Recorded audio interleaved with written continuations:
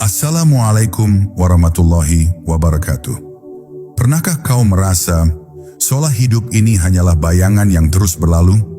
Bahwa di balik setiap tawa, setiap tangis, ada sesuatu yang jauh lebih dalam. Sebuah panggilan halus yang menuntunmu untuk berhenti sejenak dan mendengarkan. Bukan dengan telinga, tapi dengan hati. Perjalanan ini bukan tentang dunia luar, tapi tentang pulangnya jiwa ke asal cahaya. Dan mungkin malam ini, saat kau mendengar suara ini, pintu itu akan mulai terbuka perlahan dari dalam dirimu sendiri. Bab 1. Panggilan dari alam ruhani. Ada saat dalam hidup seseorang ketika hiruk pikuk dunia mulai kehilangan maknanya. Suara-suara dunia yang dulu terasa penting, kini berubah menjadi gema hampa yang menyesakkan dada. Hati mulai resah tanpa sebab, langkah terasa berat, dan jiwa seperti mencari sesuatu yang tak bisa dijelaskan. Di sanalah, di tengah kegelisahan yang suci itu, terdengar sebuah panggilan yang sangat lembut. Tidak melalui telinga, tapi melalui kedalaman rasa. Ia datang bukan dari luar, melainkan dari dalam. Dari tempat yang telah lama kita lupakan. Panggilan itu tidak berteriak, ia berbisik, dan hanya mereka yang diam dalam hatinya yang bisa mendengarnya. Saat suara itu datang, kita tidak bisa lagi berpaling. Ada sesuatu yang lebih tinggi dari logika, lebih dalam dari emosi, yang menggerakkan jiwa untuk mencari jalan pulang.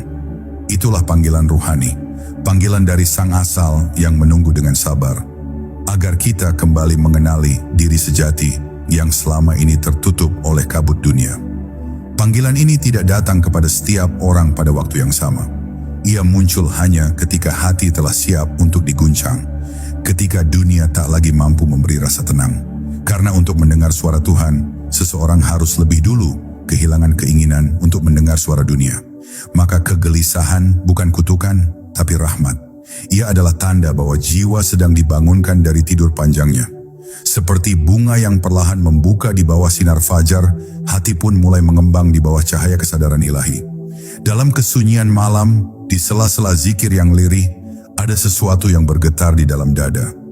Itulah getaran pertama dari hidup yang sejati, hidup yang tidak diukur oleh napas, tapi oleh rasa hadir bersamanya.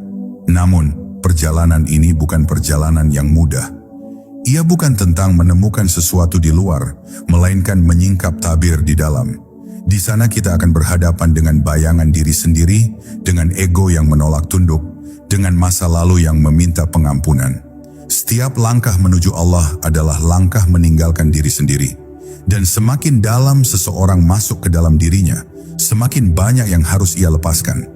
Rasa bangga, rasa ingin dikagumi, bahkan rasa ingin dianggap suci, semuanya harus lenyap agar yang tersisa hanya satu: kerendahan hati di hadapan Sang Pencipta.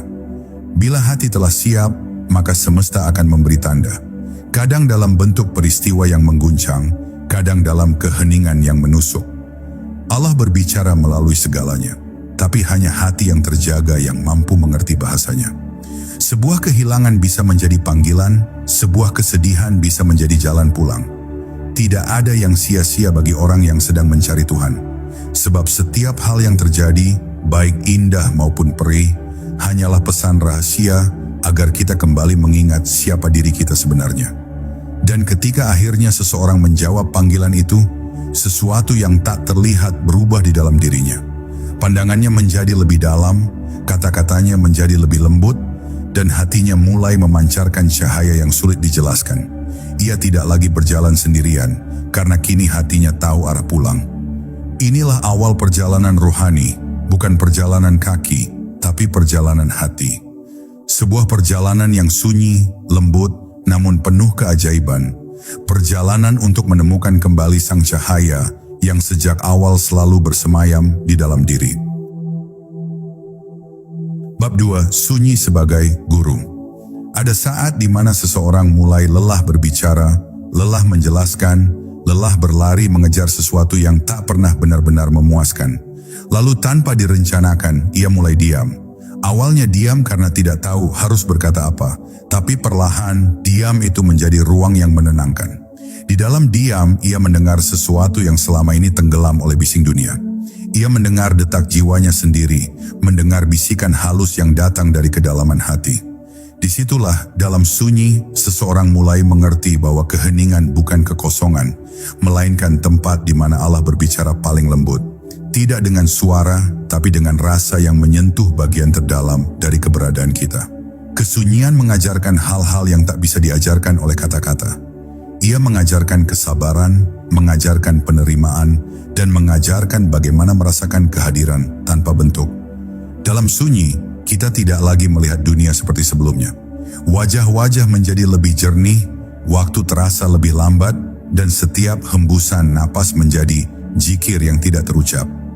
Kita mulai menyadari bahwa Tuhan tidak pernah jauh, hanya saja hati kita terlalu bising untuk mendengarkannya. Maka, tugas kita bukan mencarinya di tempat lain, tetapi menenangkan gelombang batin yang membuat kita buta akan kehadirannya. Namun jalan menuju sunyi tidak selalu indah. Di awalnya, diam terasa seperti penjara. Pikiran berontak, hati gelisah, dan bayangan masa lalu bermunculan satu persatu.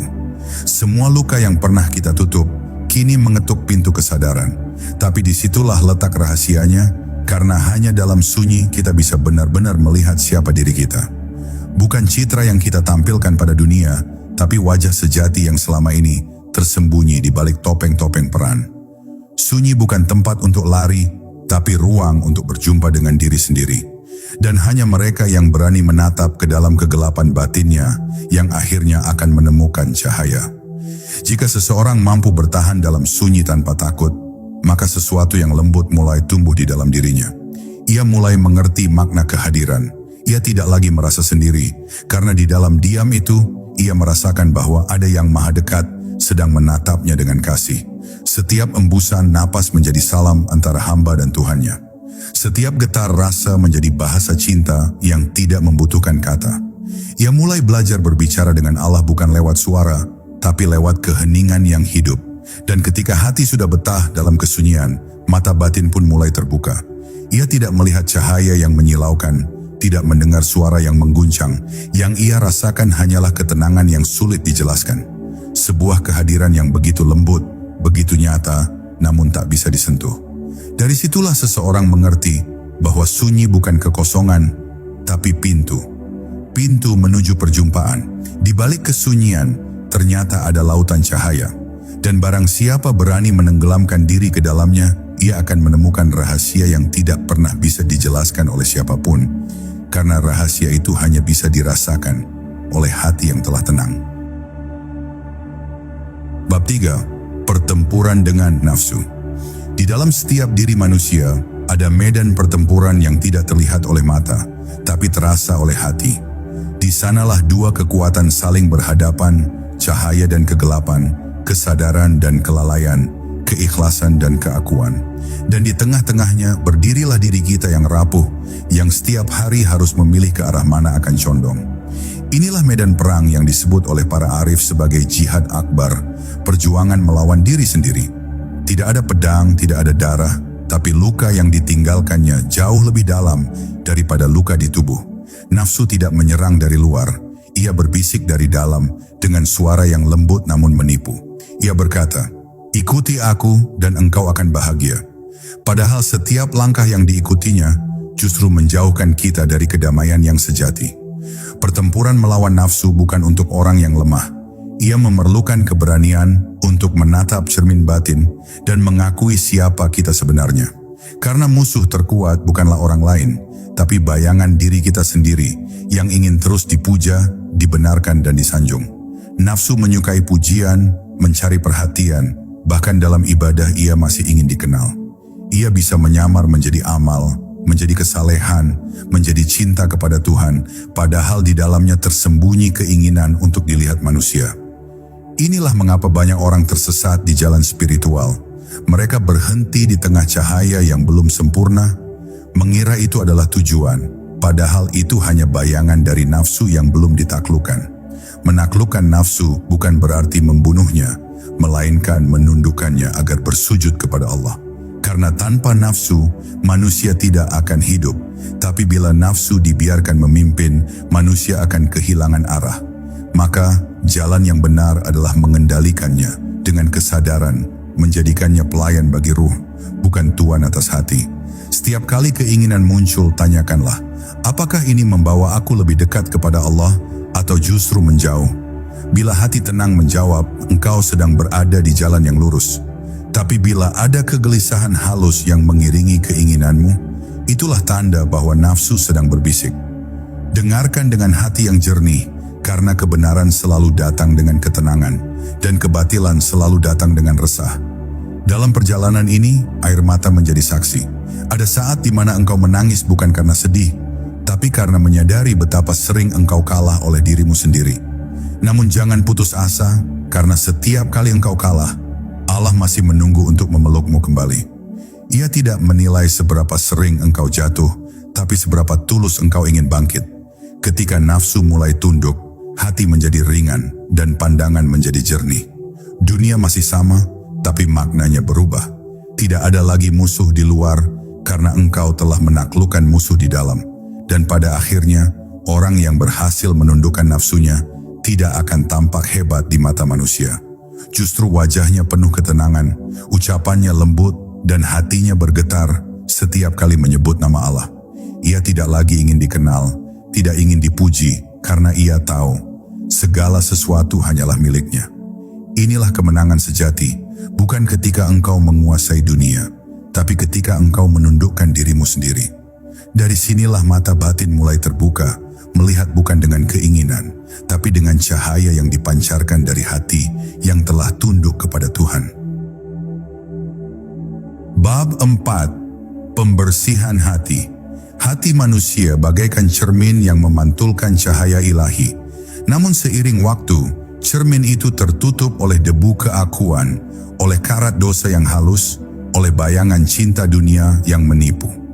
Cahaya Allah tidak pernah berhenti memancar, tapi hati yang kotor tak lagi mampu memantulkannya. Maka perjalanan ruhani sesungguhnya adalah perjalanan untuk membersihkan hati, bukan dari noda di luar, tapi dari kegelapan yang bersarang di dalam. Setiap kebencian, setiap iri, setiap kesombongan kecil yang disembunyikan adalah lapisan-lapisan tipis yang menutupi pandangan batin dari keindahan Tuhan. Dan sebelum seseorang bisa melihat kebenaran, ia harus terlebih dahulu berani menatap kotoran yang menempel di cerminnya sendiri. Membersihkan hati bukan perkara yang mudah, karena untuk melakukannya, seseorang harus rela hancur di hadapan kejujuran. Ia harus mengakui betapa sering ia berpura-pura baik, betapa sering amalnya dilandasi rasa ingin dilihat, betapa sering lisannya menyebut nama Allah sementara hatinya masih terpaut pada dunia. Proses ini menyakitkan, seperti luka yang dibersihkan agar sembuh. Tapi dari rasa sakit itulah muncul kedekatan yang sejati. Sebab Allah tidak melihat siapa yang paling suci, tapi siapa yang paling jujur dalam mengakui kotorannya. Dan ketika air mata tobat jatuh dengan sungguh-sungguh, di sanalah titik balik dimulai dari gelap menuju cahaya. Zikir menjadi alat pembersih yang paling halus. Bukan sekadar lafaz di bibir, tapi kehadiran hati yang mengingat Allah di setiap detik kehidupan. Saat lidah mengucap Allah, hati ikut bergetar, dan di sanalah satu demi satu debu di cermin mulai hilang. Tidak perlu memaksa, cukup hadir, cukup sadar, cukup mencintai dalam diam. Zikir bukan hanya bacaan, tapi jalan pulang bagi hati yang telah lama tersesat. Ia membersihkan tanpa disadari, seperti embun yang jatuh di pagi hari, menyejukkan daun yang semalam tertutup debu. Ketika hati mulai bersih, cara pandang seseorang akan berubah. Ia tidak lagi melihat kehidupan sebagai beban, tapi sebagai pesan. Setiap kejadian, baik manis maupun pahit, menjadi ayat dari Tuhan yang sedang mengajarkan sesuatu. Ia tidak lagi cepat menilai, tidak mudah marah, karena hatinya mulai peka terhadap kehendak Allah yang tersembunyi di balik setiap peristiwa. Dunia masih sama, tapi yang memandangnya telah berbeda. Pandangan batin yang jernih mampu melihat rahmat di balik musibah, dan hikmah di balik kehilangan. Dan saat hati benar-benar bersih, sesuatu yang indah terjadi. Seseorang akan merasa seolah seluruh dunia berzikir bersamanya. Angin yang berhembus, cahaya yang menembus jendela, bahkan kesunyian malam, semuanya terasa hidup dan bertasbih. Itulah saat mata batin mulai terbuka, bukan Bukan karena melihat hal-hal gaib, tapi karena mulai merasakan kehadiran Allah dalam segala sesuatu. Di tahap ini, tidak ada lagi aku dan dia. Yang tersisa hanyalah kesadaran bahwa segalanya berasal darinya, berjalan dengannya, dan akan kembali kepadanya. Disitulah hati menjadi cermin yang bersih, dan cahaya ilahi pun kembali berkilau dari dalam diri. Bab 5. Mengenal diri untuk mengenal Tuhan. Ada satu rahasia besar yang disampaikan oleh para arif dan kekasih Allah. Sebuah kalimat yang sederhana, namun menembus kedalaman makna. Barang siapa mengenal dirinya, maka ia mengenal Tuhannya. Kalimat ini bukan sekadar petuah untuk dihafal, tapi kunci untuk membuka pintu makrifat yang sesungguhnya. Sebab bagaimana mungkin seseorang mengenal Tuhan bila ia belum mengenal dirinya sendiri? Kebanyakan manusia sibuk melihat keluar, mencari tanda-tanda di langit dan bumi, tetapi lupa bahwa tanda paling agung berada di dalam dirinya sendiri. Di dalam jiwa setiap manusia, Allah telah menanamkan cermin yang memantulkan keindahannya. Namun sedikit sekali yang berani menatapnya dengan jujur. Karena untuk mengenal diri, seseorang harus berani menelanjangi segala ilusi tentang siapa dirinya. Mengenal diri bukan berarti mengingat nama, profesi, atau kisah masa lalu, tapi menyelami siapa yang sebenarnya sedang hidup di balik napas ini. Siapa yang sedang merasakan, siapa yang sedang berpikir, siapa yang sedang mencintai.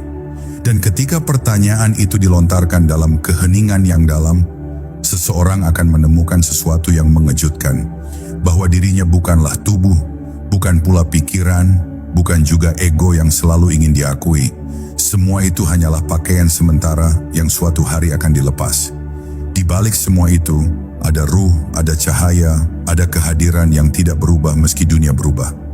Itulah hakikat diri yang sejati, bagian dari rahasia ilahi yang ditiupkan langsung oleh Tuhan.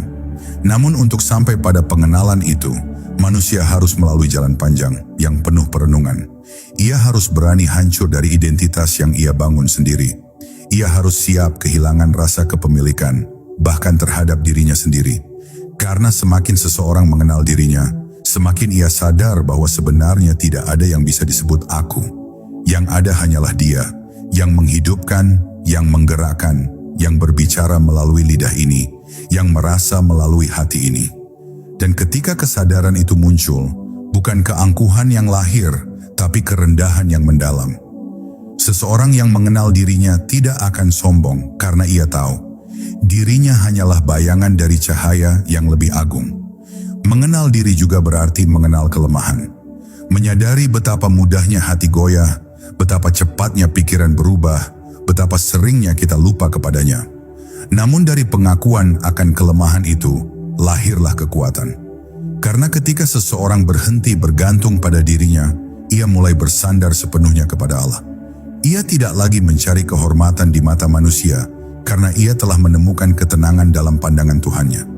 Inilah awal dari kebebasan sejati, bebas dari diri sendiri, bebas dari rasa ingin memiliki, dan bebas dari hausnya pengakuan dunia. Dan ketika seseorang telah mengenal dirinya dengan sebenar-benarnya, ia akan menemukan bahwa Tuhan tidak pernah jauh. Ia bukan sesuatu yang dicari di luar, bukan sesuatu yang didatangi dari tempat yang jauh.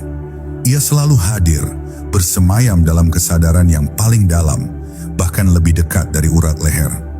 Di titik ini, doa bukan lagi permintaan, tapi perjumpaan. Zikir bukan lagi lafaz, tapi kesadaran yang hidup.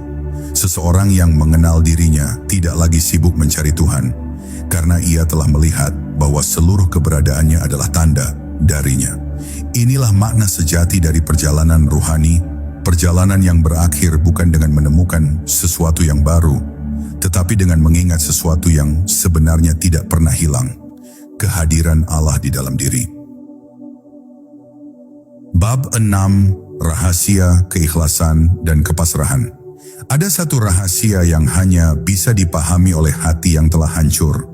Rahasia keikhlasan. Karena ikhlas bukan sesuatu yang bisa dipelajari dari buku, bukan pula hasil dari niat yang kuat semata. Ia adalah anugerah yang lahir dari luka yang diterima dengan ridha. Ikhlas muncul ketika seseorang berhenti melawan kehendak Tuhan, berhenti menuntut kehidupan berjalan sesuai keinginannya, dan mulai percaya bahwa setiap takdir, baik yang manis maupun yang pahit, adalah bagian dari kasih sayang Allah yang belum dimengerti. Dalam keheningan batin, seseorang mulai menyadari bahwa semua yang terjadi bukan untuk menyakitinya, tapi untuk membersihkannya. Dan ketika hati mulai memahami ini, perlahan-lahan genggaman egonya mulai melemah. Ia berhenti menggenggam dunia dan mulai membuka tangan kepada langit. Keikhlasan bukan berarti pasrah tanpa usaha, tapi berusaha tanpa menggantungkan hasil. Ia bekerja dengan sungguh-sungguh, namun hatinya tenang bila hasilnya berbeda dari harapan. Karena ia tahu yang menentukan bukan dirinya. Ia hanya menjalani peran, dan Allah adalah pengatur segalanya. Dalam keadaan ini, hati terasa ringan. Tidak ada lagi beban dari masa lalu, tidak ada lagi ketakutan akan masa depan. Yang tersisa hanyalah kesadaran bahwa semua langkah, semua napas, semua kejadian adalah bagian dari satu tarikan napas ilahi yang sedang bekerja melalui dirinya. Ia mulai mengerti makna la haula wa la quwata illa billah, bahwa tidak ada daya dan upaya kecuali dengan izin Allah. Kepasrahan sejati bukan berarti menyerah karena lemah, tapi menyerah karena percaya. Ia seperti seseorang yang berdiri di tepi lautan luas dan akhirnya melangkah masuk tanpa takut tenggelam, sebab ia tahu air itu adalah bagian dari kasih Allah sendiri. Ketika seseorang benar-benar pasrah, ia tidak lagi menolak apapun. Bahkan kesedihan menjadi tempat ia bersujud dan kehilangan menjadi alasan ia tersenyum. Karena baginya, segala sesuatu yang datang dari Allah pasti membawa hikmah. Walau terkadang ia tidak mampu memahaminya saat itu juga. Kepasrahan adalah puncak dari keikhlasan. Ketika hati tidak lagi bertanya, mengapa? Tapi hanya berkata, Engkaulah yang Maha Tahu. Namun jalan menuju ikhlas seringkali disertai air mata. Ia menuntut seseorang untuk melepaskan banyak hal. Orang-orang yang dicintai, impian yang dipegang erat, bahkan identitas yang ia banggakan. Tapi justru di sanalah rahasia terbesar tersembunyi.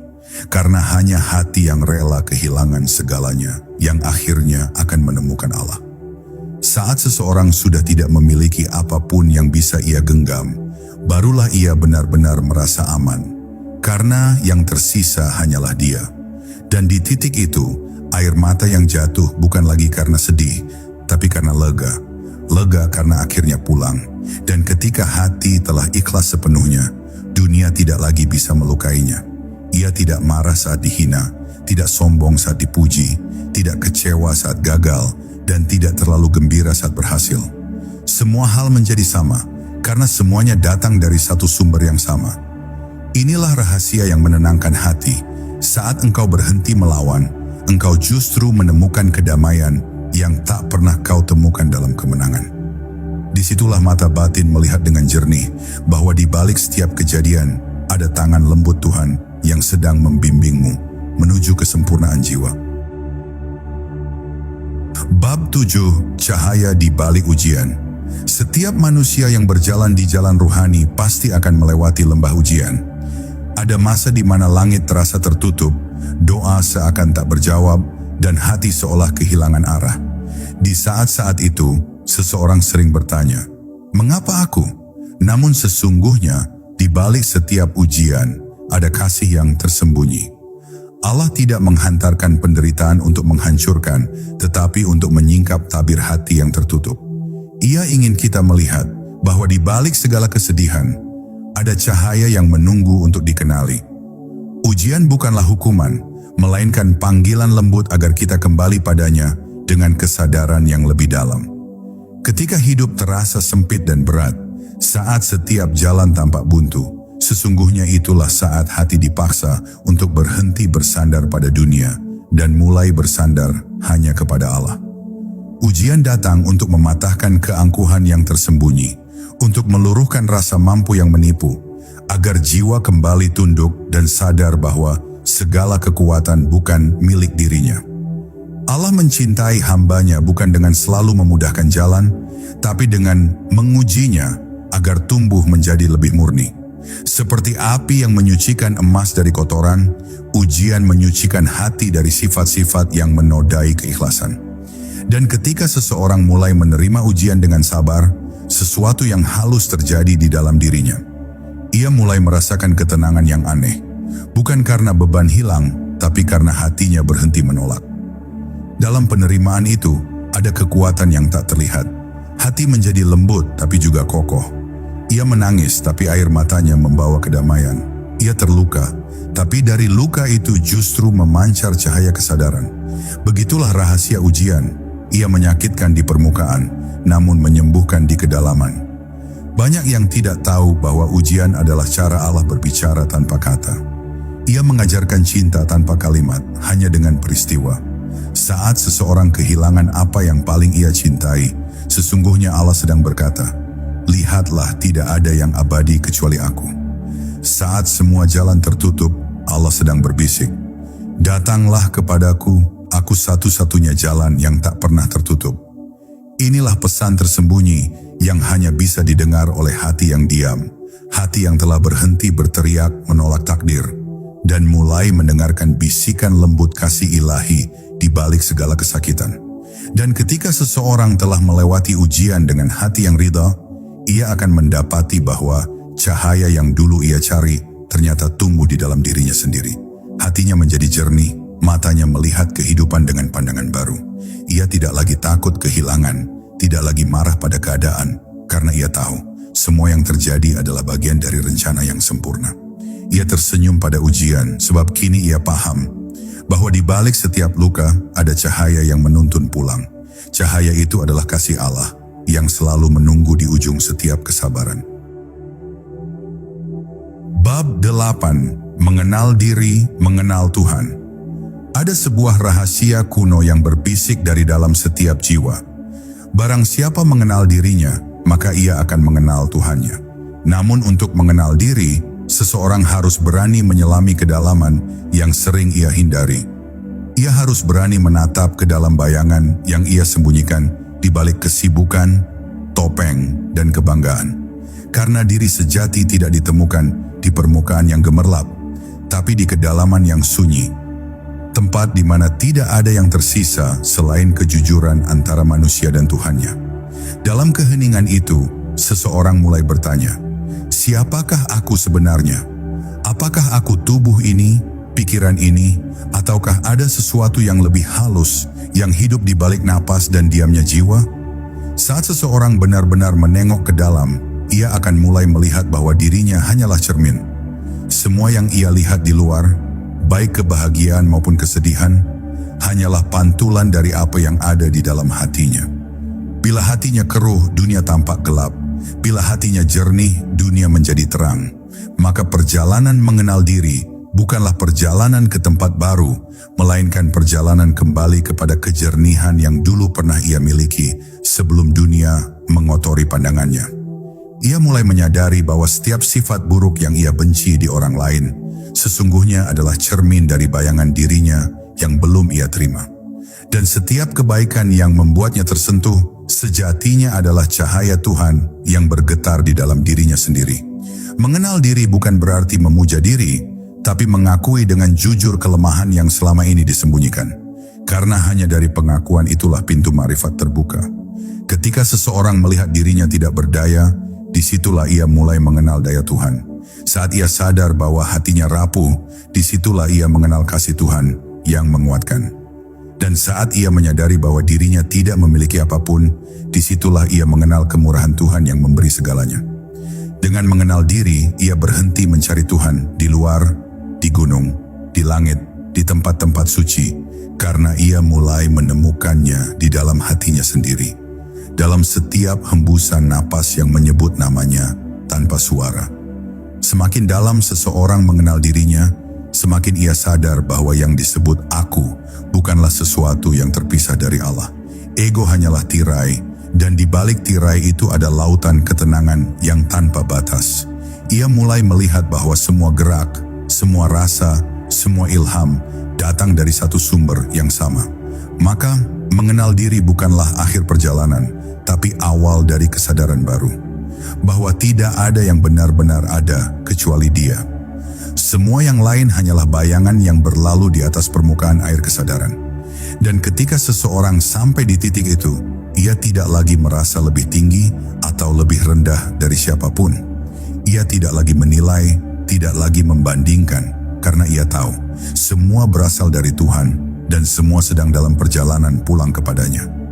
Ia memandang manusia dengan kasih, karena di dalam setiap wajah yang ia lihat ada sinar yang sama, sinar ilahi. Maka mengenal diri sejati berarti hidup dalam kesadaran ilahi itu, berjalan di dunia dengan hati yang jernih dan lembut, seperti air yang mengalir tanpa pamrih, memberi tanpa merasa memberi, dan mencintai tanpa alasan apapun selain karena Allah.